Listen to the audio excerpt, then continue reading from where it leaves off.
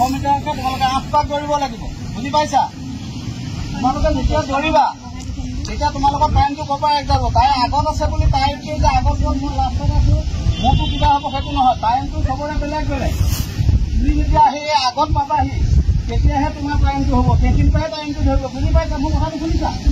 বুজিছানে যে মই লাষ্টত আছো এই আগত আছে সেইটো কথাটো নহয় বুজিছানে তোমাৰ টাইমটো যেতিয়া এই 8ডাল পাৰ হ'ব সেই তাৰ পৰাহে টাইমটো তোমাৰ হ'ব বুজি পাইছা